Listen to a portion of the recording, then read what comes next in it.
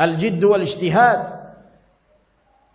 bersungguh-sungguh dalam mendekatkan diri kepada Allah Subhanahu wa taala di bulan Ramadan adalah perkara yang matlub,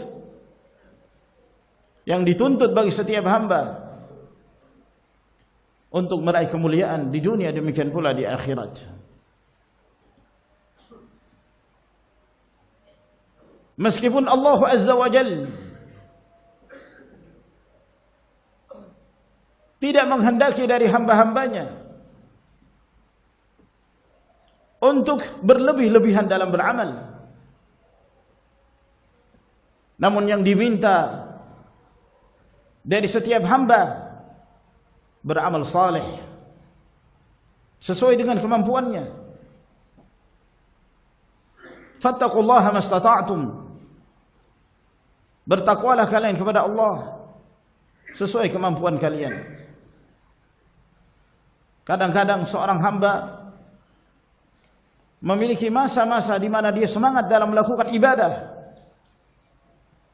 maka jadikan semangat itu untuk mendekatkan diri kepada Allah Subhanahu wa taala dengan cara yang hak, tidak berlebih-lebihan, tidak memaksa-maksakan diri, namun istiqamah di atas al-haq, di atas bimbingan Rasulullah sallallahu alaihi wasallam. Sebab di dalam Islam yang dituntut adalah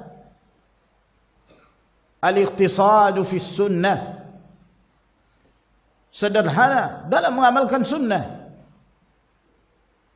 bukan berlebihan yang menyebabkan seorang terjatuh ke dalam penyimpangan dan perkara bid'ah. Rasulullah sallallahu alaihi wasallam bersabda dalam hadis yang diriwayatkan oleh Imam Al-Bukhari, wa ahabbul a'mali ila Allah adwamuha wa in qalla. Amalan yang paling dicintai Allah Azza wa Jalla adalah yang dilakukan oleh seorang hamba secara kontinu, walaupun jumlah ibadah yang dia lakukan itu sedikit, namun istiqamah, ats-tsabat, tidak menjadi seorang hamba yang semangat di bulan Ramadan, lalu setelah keluar dari bulan Ramadan maka dia meninggalkan seluruh amalannya. Dia meninggalkan kesungguhannya. Apa yang pernah ia lakukan di bulan Ramadan, dia tinggalkan secara menyeluruh. Ini bukanlah hal yang dianjurkan.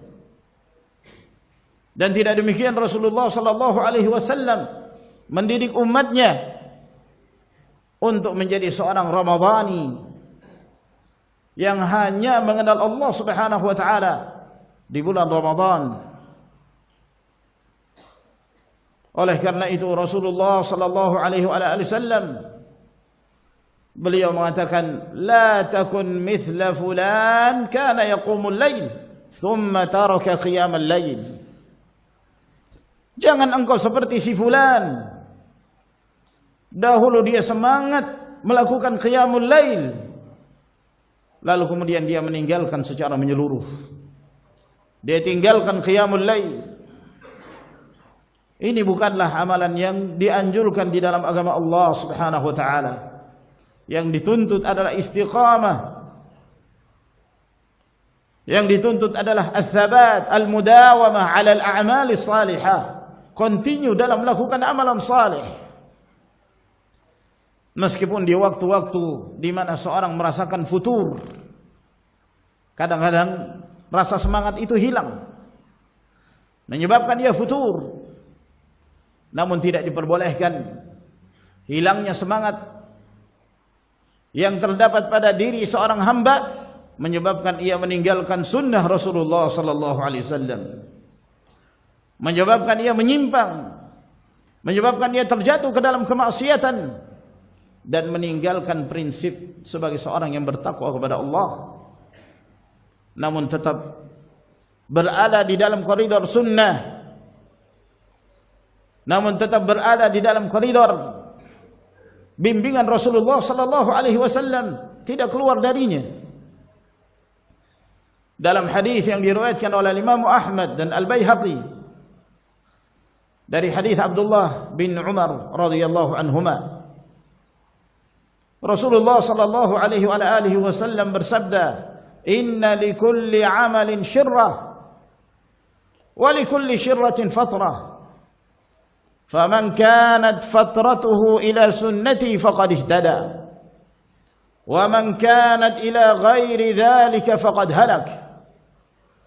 Kata Nabi sallallahu alaihi wasallam, sesungguhnya dalam setiap amalan itu ada masa-masa di mana seorang bersemangat untuk beramal saleh, dan di sela-sela seorang bersemangat dalam beramal saleh ada masa-masa futur, hilangnya semangat seseorang dalam beribadah. Maka barang siapa yang ketika ditimpa futur namun dia tetap berada dalam koridor sunnahku, maka dia seorang yang mendapat hidayah. Dan barang siapa yang berpaling dari sunnahku ketika tiba masa futur, maka sungguh dialah yang binasa. Ma'asyiral muslimin rahimakumullah, tetap bersemangat dalam melakukan ibadah untuk meraih ridha Allah Subhanahu wa taala.